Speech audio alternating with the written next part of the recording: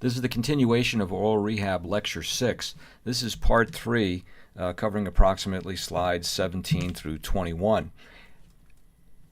And here, as we're continuing this discussion, we're talking about hearing problems. And so the basic idea relative to hearing problems is, as we've discussed thematically to this point, is that problems are going to be difficult to predict. There's very little about a person's audiometric, that is to say their hearing test profile, that will give us any exact specific notion that they're going to have problems. Now, yeah, we know that generally said, as degree of hearing loss goes up, it should also equate with an increase in the number of problems, the severity and the frequency of those problems, but across individuals that may not be exactly the case. So it's tricky to kind of figure out. So some of the reasons here that kind of underlie that. Many factors are actually going to influence the extent and the amount of problems that an individual has. As we've sort of already seen now, the extent that the ICF kind of helps us with this to figure this is that we're looking not only at the person's impairment, such as audibility and word recognition ability, but we're also looking at the influences of the environment, environmental context, what society's expectations for individuals' participation in situations and circumstances becomes a factor, and sort of what that family's circumstances are. So a lot of factors are going to influence that. And again, I think, when we think about this, I think, one of the things that has to kind of be, always considered is the notion of lifestyle. And again, hearing loss really is a quality of life issue. And so therefore, if a person has a high demand lifestyle and has a lot of quality in their life, then the hearing impairment's going to take away from that quality of life, and with the resulting perception that they have a lesser quality of life. And that might be someone that may be much more inclined to acknowledge that they have hearing problems and then commensurately do something about it. That's the idea. As I've already pointed out to you, and even in data that I generated in a study, that on average there's a consistent relationship between impairment, meaning degree of loss, and measures of a person's limitation and restrictions. So that much we know. On average, there's a relationship. So yeah, I can tell you. Let me just kind of highlight that part of it. I can tell you that yes, based on average data of almost 5,000 people, that as hearing loss goes up, the degree and the frequency of their problems, activity limitations, participation restrictions, as measured by the SAC, is also going to go up. However, in individuals, it's unpredictable. It's highly varied. Some impairments in some individuals don't cause problems at all. And why do you think that would be? And mostly it's probably going to be tied to their lifestyle. That is to say, they have a lifestyle that probably doesn't present many challenges or many opportunities or for communication. So therefore, they're not aware that they have that much of a problem.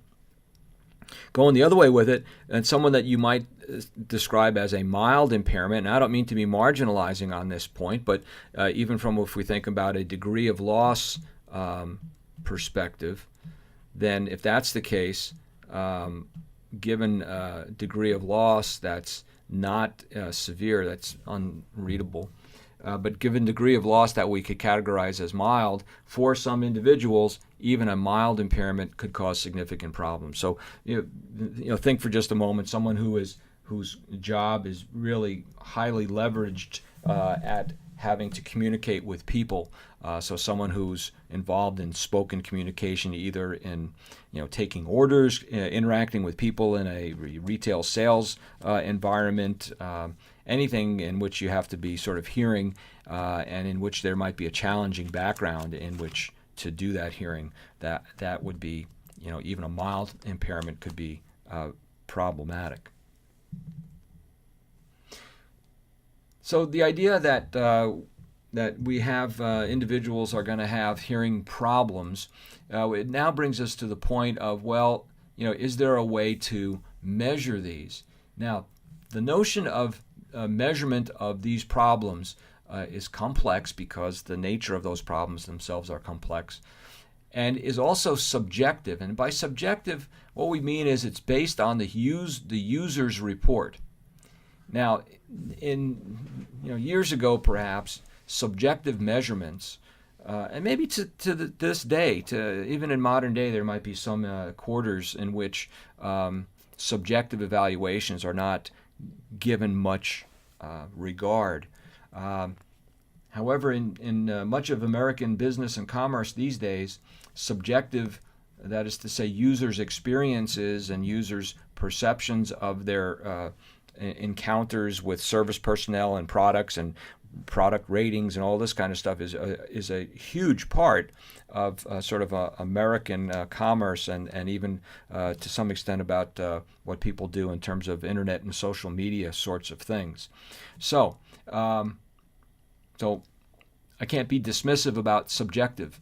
Now the question always is a subjective measure, that is to say the user's perception, is that measure, is it valid?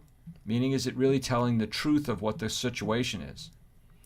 And so anybody that sort of rails against users' subjective measures, because they say, well, it doesn't really represent the reality of the situation, that's not valid, this is likely missing the point. The whole notion of a subjective user's report here would be to get at their perception of the problem, their perception of the situation, and that's the value of it. It's sort of twofold. One of which is to basically, in a sense, think for yourselves for a moment. What's the value of a subjective report that you might generate? You're providing your perception of, a product, a service that you received. And in that sense, your experience might be similar or different than somebody else, but it's your perception, it's your experience with it. And that may not predict everybody else's, but that's part of it. The fact that you are solicited to provide that information, maybe now it's kind of overwhelming because everyone wants to know this. But it is empowering. It is enabling. It does say to you that, wow, this company, this institution, whatever it may be, is really interested in what I think about their product and what I think about their experience. And so really that's the idea with this kind of stuff here, is that, whether it's true or not, we want to sort of get a measure of what the person's perceptions are. Because, we can alter, we can modify their perceptions, possibly. That's the nature of what oral rehab might serve to do. And so it is important, I think, that persons have the opportunity to provide, their opinion, so to speak. And as I said, it provides a sense of respect, if nothing else, that we value what you have to say.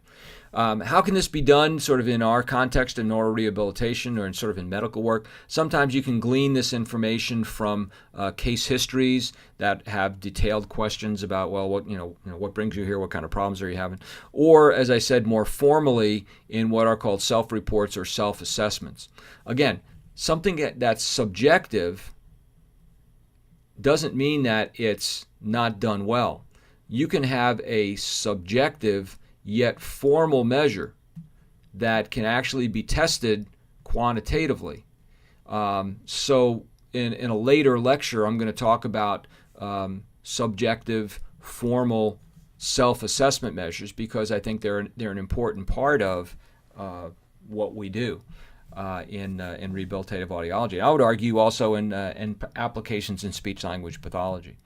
So when we think about, all right, and if we just accept, for the moment that it's possible with a variety of different metrics that are available out there to measure hearing problems, we're now left with sort of a conclusion that we have to kind of deal with.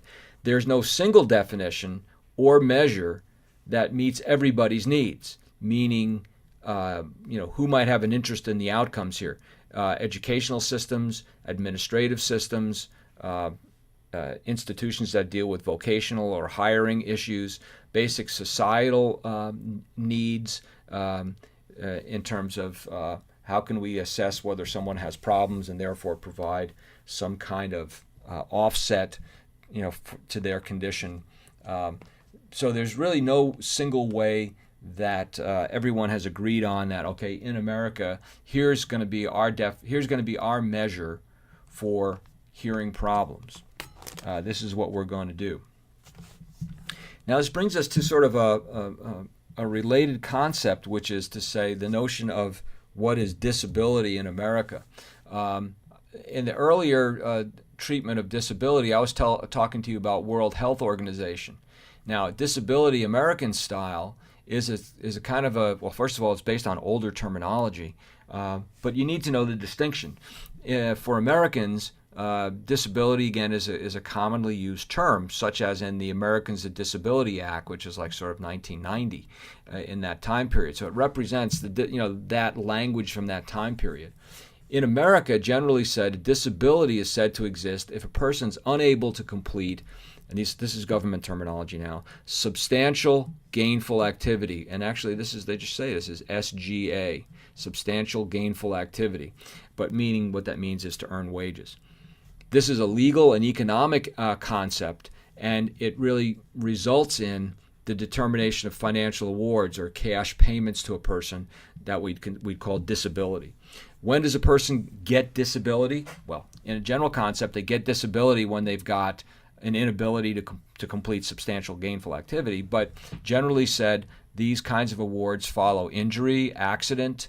So this could be, this is now really more of a legal idea, but also different governmental institutions award disability. For example, the Veterans Administration, if someone incurs service-connected hearing impairment, then they're entitled to, based on federal law, they're entitled to a disability award. And what's that disability award basically saying? It's saying, well, because of your service-connected disability, you're unable to complete substantial gainful activity, so therefore we're going to give you X amount of money per month to offset your loss of wage earning capacity. This is also going to be, you'll see this also in occupational hearing loss if a person has a hearing loss secondary to noise exposure. It's also based on a notion of society wanting to offset conditions in which a person might have to deal with a substandard wage earning ability. So the whole idea of Social Security disability is in play. So someone is actually eligible for Social Security, not just as an old age person. Social Security kicks in, I think, somewhere at age 66, just as an older person, sort of as a retirement pension, so to speak. But Social Security exists for younger people and for their families as an offset to their wage earning ability. So the idea is, how could a 4-year-old qualify for Social Security? Well, if they have a hearing loss that meets the criteria in the federal law, then that family, that child, essentially the family, is awarded disability with the idea that, well, that parent is going to have to now not work as much because they have to take that child around to different therapies and to different things in order to maximize their life potential. So the general idea is that then the government then offsets that in providing a Social Security payment. In this idea of how then would we measure this notion of disability, and remember that disability in the World Health Organization talks about activity limitations and consequences relative to communication. As it turns out, in America, disability is based on audiometric test results. And so I'm asking you now the rhetorical question as, why is that? What's the problem with that? And the answer to this, not on your slide sets, is that audiometric hearing test results, see if I can write this better, are a measure of impairment, not a measure of disability. So there's kind of a disconnect in terms of how Americans think about that. Final slide in this part. The question then comes up rhetorically is, are the deaf disabled? Harlan Lane, who I've referred to already from one of his other books called The Journey into the Deaf World, says the deaf world supports civil rights, which include disability laws. But he points out the notion that to be deaf is not a disability in deaf culture. So among the deaf, being deaf is not a disability. However, to demand disability rights seems like hypocrisy and undermines the deaf agenda. So what Lane is sort of pointing out is that even within the deaf community, there may be some lack of unanimity about approach to disability. Again, if you think about that, disability equals a monetary payment. Most people, and the deaf, I guess, are no different than people in this regard, would want to get that cash payment for their medical condition or their hearing impaired condition. On the other hand, to be deaf, as Lane is pointing out, is not really a big deal and is really not a disability. So that's the conflict that exists there. I'll conclude there, and we'll jump now to the final section of this slide set, part 4, in just a second.